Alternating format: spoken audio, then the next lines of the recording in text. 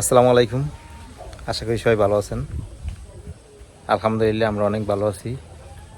তো আজকে সকালবেলা ঘুম দিয়ে উঠিয়ে দেখি যে বৃষ্টি হইতেছে, হালকা পাতলা বৃষ্টি, মানে এমনভাবে বৃষ্টি হয়েছে যে বেশিও না আবার কমও না, এইরকম বৃষ্টি হয়েছে সকালে। তো এখন বৃষ্টি নাই, আর আকাশ তো মেঘলা অবস্থায় আছে, রৌদ্র তো 2-3 দিন ধরে দেখি না।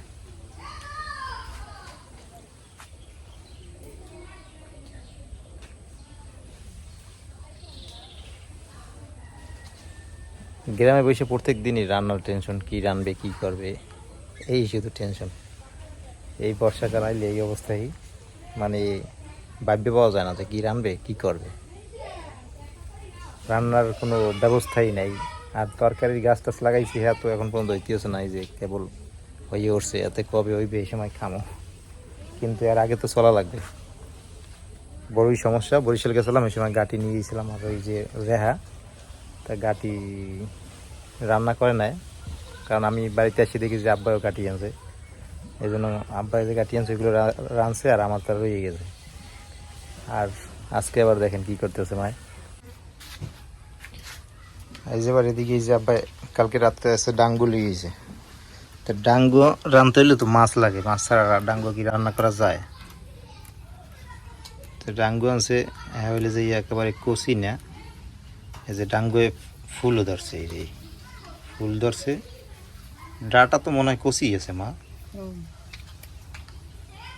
না ডাটা তো আছে, নরম আছে, তন্তনি আছে, খাওয়া যাবে, সমস্যা নেই। কি করো, কি দিয়ে রানবাইস?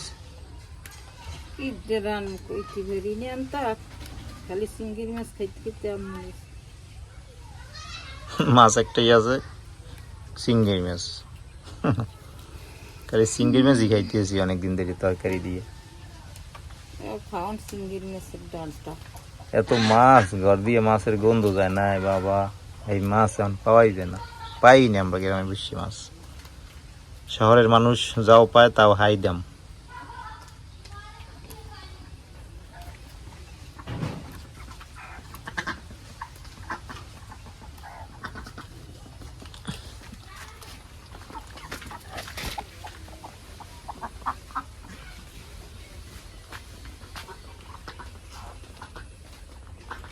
এদিকে সব যে এবার আজকে নামছে খালে ডুবাইতে।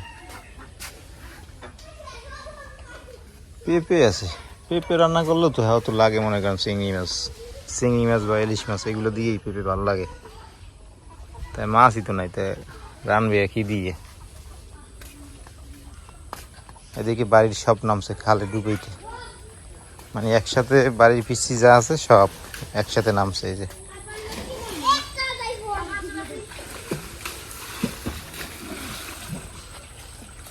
বেশি নাস না, তাহলে কিন্তু আবার সমস্যা হবে। অল্প নাই, এবার উঠতে যা, সবগুলো গোসল টোসল করে স্কুলে যাবে, তো এদিকে নামছে একসাথে সবাই আছে ঘরে। এসে দেখেন গাছের কাঁঠাল, এতদিন খালি আমি খেয়াল রাখছি যে পাকে কিনে, হঠাৎ করে আজকে যাই দেখে যে কাঁঠাল একদম পাকি গেছে, গাছ পাকা কাঁঠাল। এই গাছ কাটতে আনছে সকালে,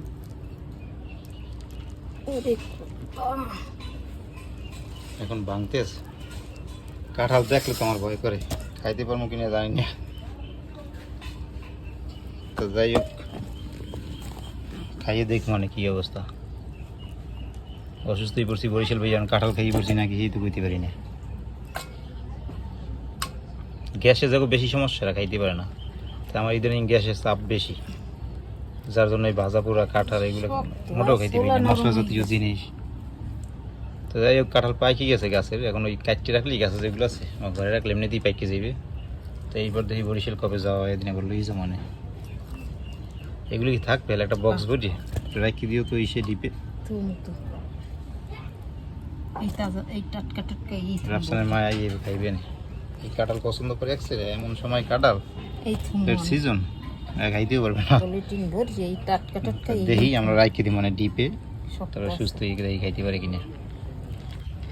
কাঁঠাল কি দেখেন, এই যে কাঁঠালের সিস্টেম রাখি একেবারে ওই যে এই মাথার দ্বারে মানে ডৌবের মতো সিস্টেম, ওই এই যে নিচের দ্বারা যে লাল আর উপরের দ্বারা সাদা, খুব সুন্দর সিস্টেম খালি এই কাঁঠাল ছোলাটা আর নরমই। এত মিষ্টি এই কাঁঠালটা বলার মতো না ভিতরে নরম নাই দেখ একদম নরম কাঁঠাল এই যে দেখেন উপরে দেখো ডেপ ডেপ করে একদম গাছ পাকা কাঁঠাল আর গাছ পাকা কাঁঠালের স্বাদই কিন্তু আলাদা খাইতে অনেক মজা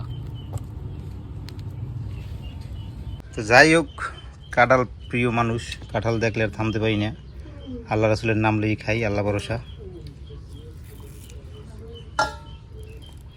বিসমিল্লাহ কি যে মিষ্টি কাঁঠাল মজাই থুলে ভালো এই টাটকা টাটকা থুলে ভালো হইবে আমাকে কাঁঠাল সিস্টেমটা এরকমের এখানে কাটি মুখা মানে একেবারে মানে গলাও না মানে লোদ কাঁঠাল আছে না একটা ওই রকমের না আবার একেবারে শক্তও না একেবারে মিডিয়াম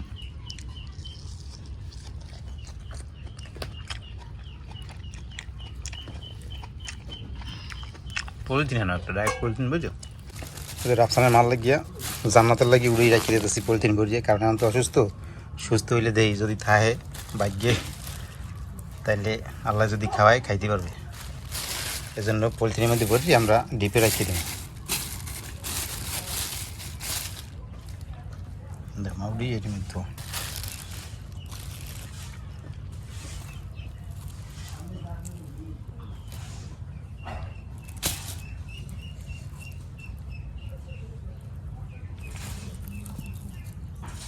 এই থুয়ে দেই জান্নাতের লাগিয়ে যে ভাগ্যে থায় তাই খাইবে ইয়ে ডিপের মধ্যে রাখতে দেন শক্ত শক্ত আছে